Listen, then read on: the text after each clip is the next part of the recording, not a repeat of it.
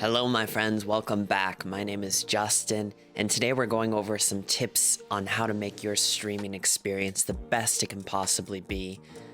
If you stick around to the end, we're going to get a bonus tip for you, but we're going to have 10 main ones today we're going to go over.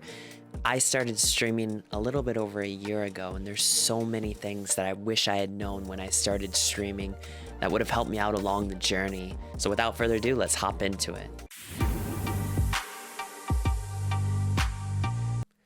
The first tip I have for you guys today, number 10, is going to be don't try to plan everything out before you take action. A lot of people become trigger shy. They decide that they want to plan everything in their stream out before they get into a streaming career, and this usually comes from a fear of failure. They feel like if they plan more out, if they watch more videos, if they keep doing all this stuff, they're going to keep learning, which is really good. Always keep learning, but you have to take the first step. Once you take the first step, you'll get to see more than you could see one step ago. And as you go further, you can adjust your car. As they say, a car in motion is much easier to steer. So for you guys who haven't taken that first step yet, I encourage you to get out there and start going. And then you can learn along the way, adjust, and do what needs to be done. Number 9, make sure you respond to your chat. You are there to provide an entertainment experience for people, and you don't want to ignore your chat because you're so enveloped in the game. Now, if you're new to streaming, this is going to be a little bit more difficult because you might be so used to focusing on a game, especially a platformer game or a puzzle game, something that really draws you in, but you need to pay attention to your chat at least every once in a while, but preferably try not to miss any of those messages, especially if you're a smaller streamer. This can be tough when people are writing paragraph messages, but you might have to slow down your gameplay a little bit and learn to balance and adjust that. If you ignore messages, even the paragraph long messages, people can get upset.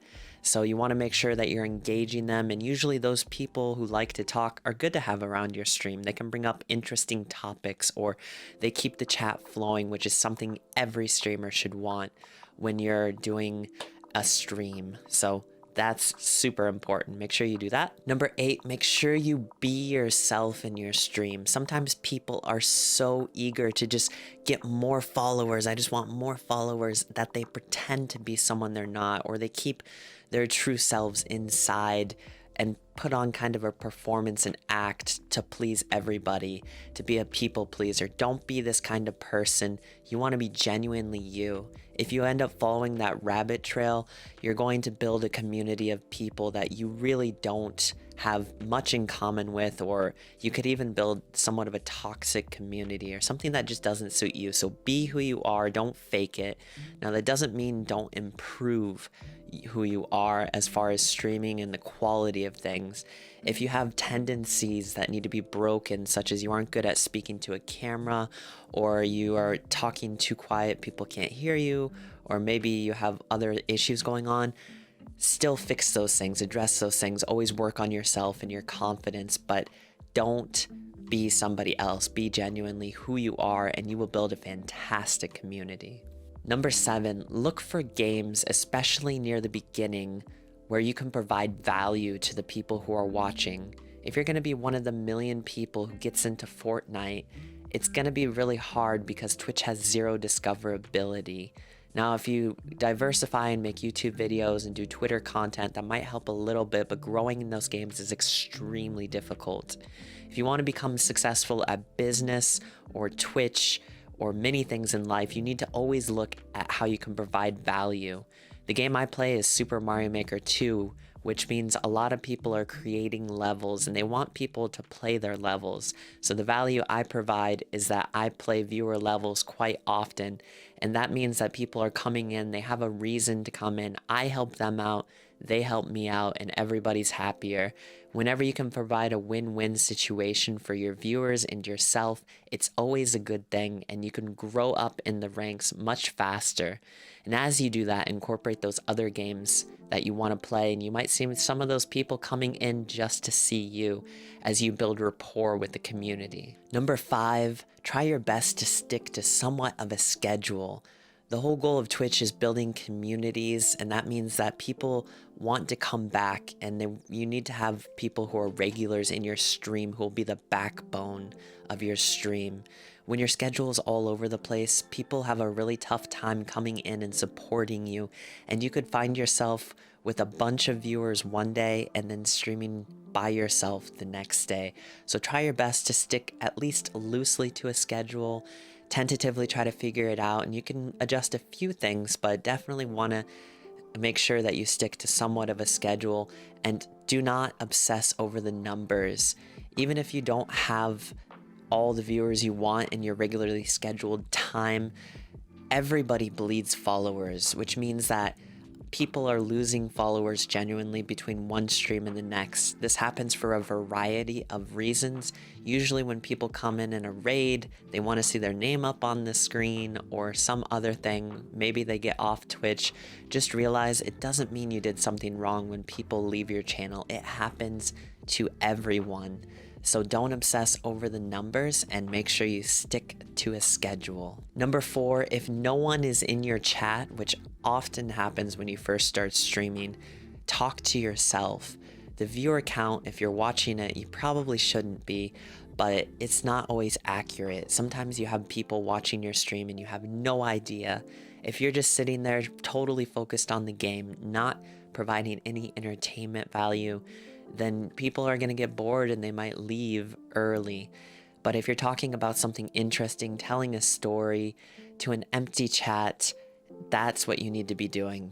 Otherwise, you should just be playing video games by themselves and not on Twitch or a streaming platform. Talk about something interesting, something about the game. You can narrate it, talk about something on your mind, switch it up. It's a little awkward at first, but you're bound to get some people who are going to come in and want to connect if you're saying something much more than if you're just being totally quiet. So try to connect with them and do your best to talk about something that you value, something interesting, or connect with the game. Number 3, the upgrade scale. If you're getting into streaming, you don't need the most expensive gear and equipment right away. Just get the basic stuff. But if you're looking for upgrades, you have a little bit of extra money from whatever source, there is an order you want to do things in. First, audio. Second, lights. Third, camera. Audio is huge. A lot of people overlook it, but after a while, it really is not fun to be in a stream with poor audio. Now, I have my setup here, which is the Beta Shure SM58 microphone and a Go XLR Mini. The setup's about $400, which is much cheaper than a lot of other ones. I highly recommend the XLR mic, and I'll go over my setup in a future video, but it changed my streaming experience immensely. Looking back on my videos, I don't even know how I did streams.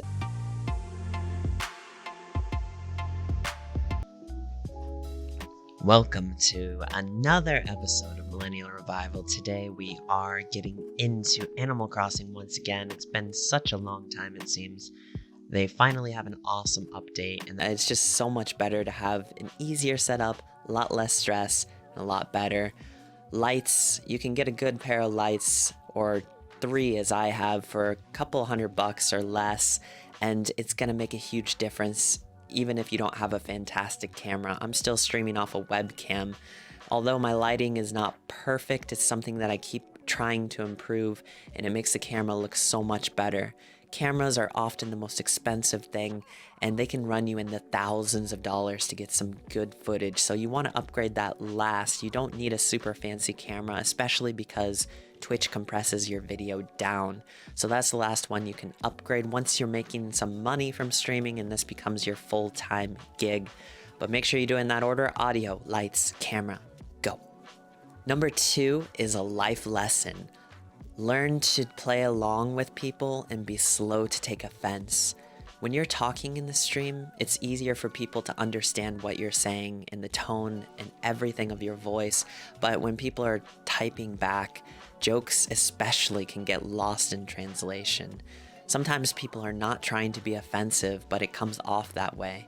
They may have had a different upbringing, or the tone of their voice might have been playful and you might have misunderstood. So I just encourage you guys to be slow to get offended and try to clarify. It's also good to set boundaries and tell people if you're in a family-friendly stream and somebody goes off on cuss words, it might be because most of the channels they watch are not family-friendly. So it's good to tell them and just say, hey, this is in my channel, we do this, or, just very softly. Don't get angry. Don't freak out on them or anything, but set those boundaries gently and don't take offense. Play along when you can. You'll see a lot of people will be able to speak more freely and feel more comfortable and encouraged to come back to your chat. Number 1 is your post-stream routine. Raids are a fantastic thing on Twitch. Sending people to other streamers is always a good way to make them happy and to support one another. They don't have to do any extra effort to find somebody else, especially somebody you know is a good streamer. But don't raid and run. Hang out with them for a little bit if you can. Talk to them even if you're a little bit tired. And they'll often ask you questions. Just be friendly to them, and it goes a long way to build rapport. Something I didn't know when I started streaming, and for a while I would just send people off and not engage with the streamer to my detriment. It's so much better because they'll be friendly to you, and it makes an awkward moment for them if you don't answer their questions.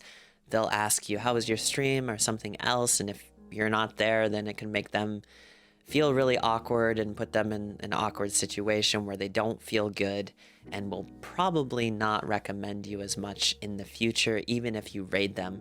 So make sure you chat a little bit, and then after that, whenever you go, it's always good to review your stream at least a little bit. Click through and see how are your audio levels, or some things you might have missed along the way are definitely good, and you can find them by reviewing your streams, and this is how you can keep improving and becoming an even better streamer. If you stuck around this long, I'm going to give you the bonus. It's kind of philosophical, doesn't fit in with the rest, but it is probably one of the best things I can tell you for improving your career as a streamer, and that is to have an attitude of gratitude. One of the worst things you can do when somebody raids you or does something nice is to kind of brush it off or pretend that it's not really a big deal.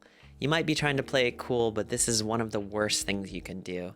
Even if someone donates just a tiny little bit, maybe 10 bits to you, or somebody raids you with 2 people, treat them just like you would treat somebody who rated you with 100 or donated more. The effort that small streamers give to try to help others out is every bit as important as the big streamers. And it's such a reflection of who you are if you just take the time to honor them and to really appreciate what they do. You don't have to go overboard, but be genuinely grateful. And people will see that, and that's just the type of person that just spreads the positivity and that people really like to encourage and to bless with everything. So don't have the attitude of just getting more stuff for yourself, but do have the attitude of gratitude. It might sound cheesy, but it is the best piece of advice I can give to any new streamer. If you guys apply these 10 tips plus the bonus tip, I know you'll grow faster than ever. I look forward to you guys telling me your success stories. If you want to chat with me about these things or anything else, make sure you come to my stream, which is in the link in the description below, twitch.tv/milrev, short for Millennial Revival, which I always will be.